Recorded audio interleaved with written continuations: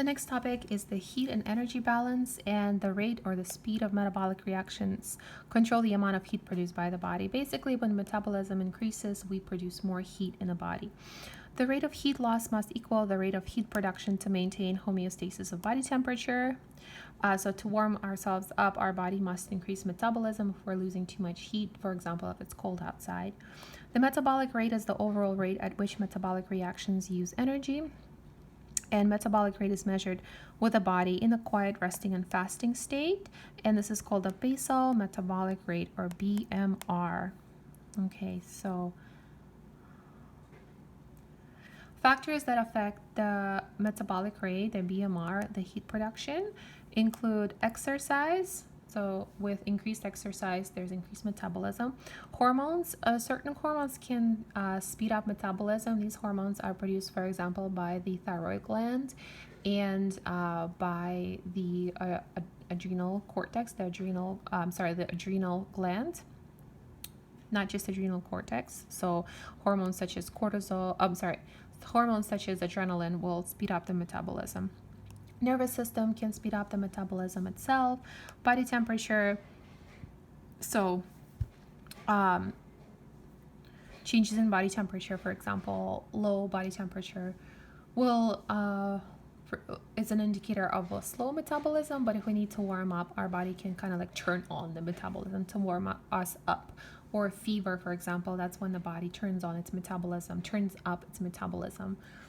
to warm us up. Ingestion of food speeds up our metabolism because digestion requires energy. It's a chemical process, so metabolism increases. With age, metabolism slows down as we get older. Gender, climate, sleeping, malnutrition, these are all the factors that can affect metabolism. Stress generally slows down metabolism because cortisol hormone slows down the metabolism. Men generally have faster metabolism than women, but it's not always true. That is because men have more muscle than women. In a hot climate, people might have faster metabolism. Not enough sleeping slows down metabolism, and not eating enough slows down the metabolism. So malnutrition or not getting enough nutrients. So we can actually eat a lot and not get enough nutrients, and that's still going to cause the malnutrition. How is heat transferred from the body to the environment? It's transferred by four different ways: conduction, convection, radiation, and evaporation. Conduction means when we touch something, we can transfer heat to an object. For example, holding an object in our hand will warm that object up because that transfers heat from our body to the object.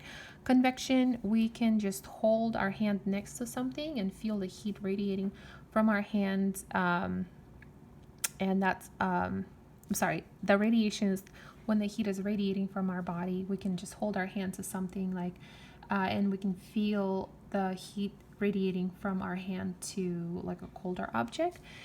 Convection is like breathing the heat out in a way, and evaporation is when we lose sweat from our body. So when the sweat evaporates from our body, the pores open up and the sweat evaporates from our body, and that's going to remove some of the heat from our body with that water in the sweat evaporating.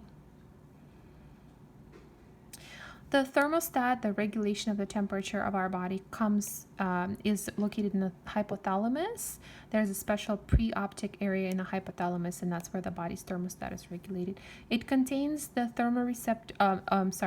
thermostat of the hypothalamus receives the information from the thermoreceptors that are located, for example, in our skin and everywhere in our body, actually. These thermoreceptors send information to the thermostat of hypothalamus, and the hypothalamus can regulate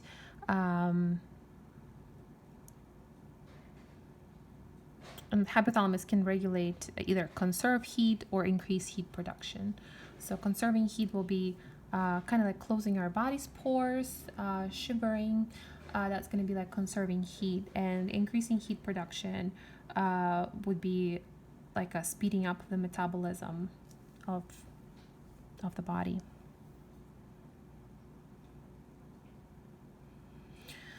The energy intake is directly dependent on the amount of food consumed. So food is the energy.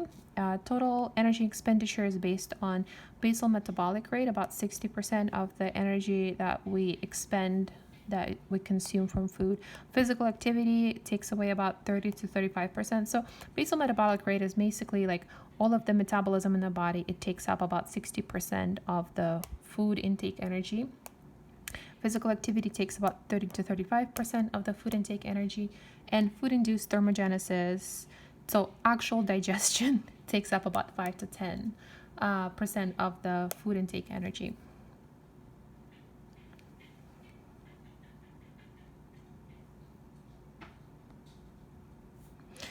Okay, next topic is nutrition in the next video.